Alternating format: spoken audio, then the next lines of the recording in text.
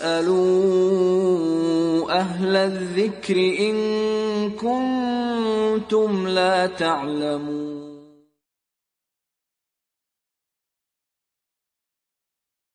माह सफ़र के बारे में जो लोगों की तवहुमात है, लोग ये समझ रहे हैं कि ये महीना बहुत भारी है। सारे को हमारे दौर में नहीं बल्कि आका मौला हुज़ूर नबी अकरम सल्लल्लाहु अलैहि वसल्लम के दौर मुबारक में भी लोगों की ये नज़रियात और कंसेप्ट रही हैं। उस ज़माने में भी लोग यही कहते रहे कि आफ़ात व बलियात की नुज़ूल होती हैं इस महीने में। इस महीने में शाम के बाद घरों से बाहर ना निकलें, ये ना करें वो ना करें, जैसे कि लोगों की तवहुमात है। इन सारी तवहुमात को हुज़ूर नबी अकरम सल्लल्लाहु अलैहि वसल्लम ने रद्द फरमाए।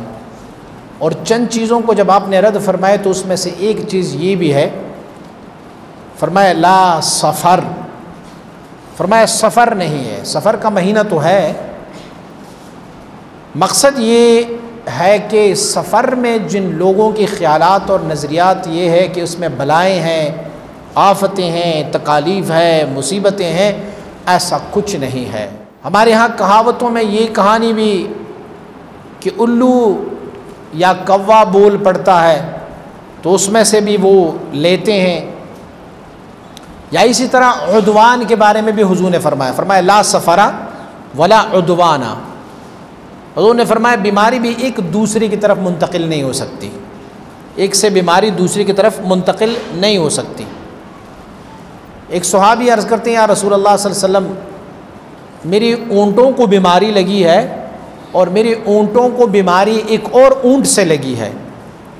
हुज़ूर ने फरमाया मान लिया कि उस ऊँट से आपकी ऊँट को बीमारी लगी है, लेकिन ये बता कि पहले ऊँट को बीमारी किससे लगी थी?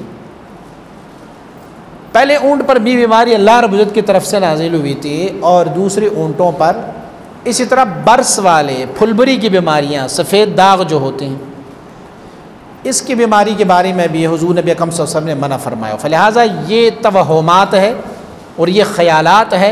सफ़र के महीने में ऐसा कुछ नहीं होता। लोगों की अपनी तरफ से ये वहम व गुमान है कि सफ़र के महीने में ये हो सकता है। सफ़र के महीने में हमें इबादत और ताअत की तरफ ज़्यादा लो लगाना चाहिए ताकि हमारे जहन से ये कंसेप्ट और नज़रिया दूर हो जाए। और सफ़र का तो वो महीना है कि हज़रत रसूल अकरम सल्लल्लाहु अलैहि वसल्लम मुबारक को तो इस सफ़र के महीने में सेहत हुई थी। आपको जैसे रवायात में पता चलता है कि आखिरी चारशंबा भी एक होता है यहाँ पर, और आखिरी चारशंबे के साथ जो रवायत जुड़ी गई है वो ये है कि इस दिन हुज़ूर नबी अकरम सल्लल्लाहु अलैहि वसल्लम को जो बीमारी थी, आपको जो तकलीफ़ थी, तो आप रूब सेहत हुए थे। और इस दिन अज़वाज मुतहरात ने कुछ सदक़ा और खैरात जो घर में मौजूद था वो बना के उन्हें तक़सीम फरमाया था।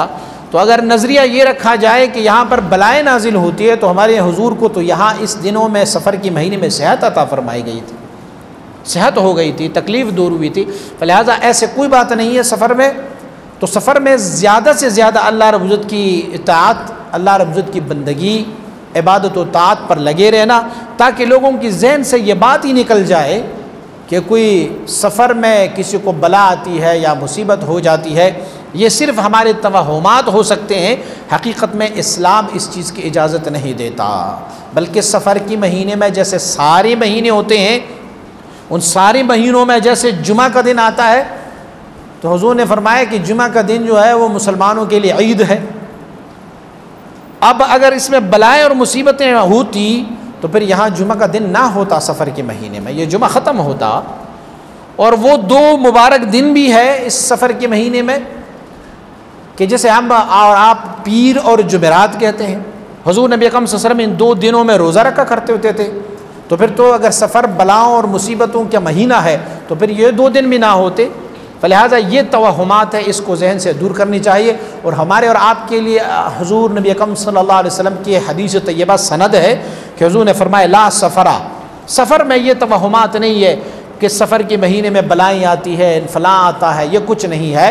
फ़लिहाज़ा सफ़र को भी अल्लाह की इबादत और अल्लाह रब्बुल इज़्ज़त की ताअत में गुजारा जाए ताकि ये तवहुमात ख़त्म हो जाए।